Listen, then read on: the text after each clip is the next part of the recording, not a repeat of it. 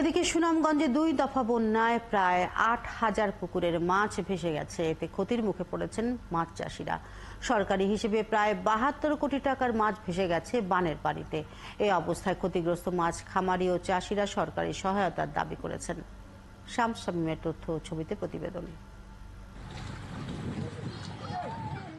এবছর পরপর 2 দফা বন্যার কবলে পড়ে সুনামগঞ্জবাসী। এর মধ্যে প্রথমবারই 83টি ইউনিয়নের প্রায় 8.5 লাখ মানুষ বন্যা কবলিত হয়। পানিতে ডুবে যায় রাস্তাঘাট, ঘরবাড়ি, কৃষিক্ষেত, খামার ও পুকুর। নৌকাই হয়ে ওঠে চলাচলের একমাত্র অনুষঙ্গ। বন্যায় সবচেয়ে বেশি ক্ষতি হয়েছে মৎস্য চাষীদের। 1225 হেক্টর আয়তনের প্রায় 8,000 পুকুর ডুবে ভেসে গেছে মাছ। পাশাপাশি পুকুর ও খামারের অবকাঠামো সহ জরুরি জিনিসপত্রও নষ্ট হয়েছে।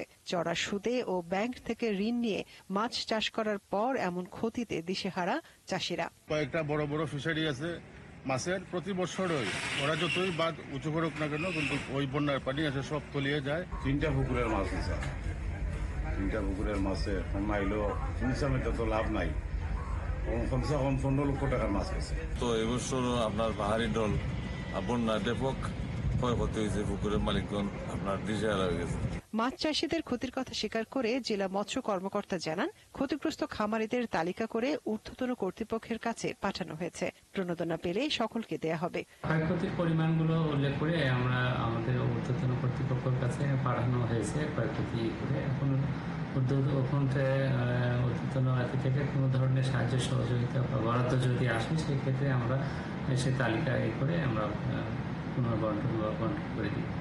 সুনামগঞ্জে প্রথম দফা বন্যা থাকে 16 জুন থেকে 20 জুন পর্যন্ত। 9 দিন পর দ্বিতীয় দফা বন্যায় 5 দিন ডুবে থাকে জেলার বিস্তীর্ণ এলাকা। মনিরা কাজরি, 71।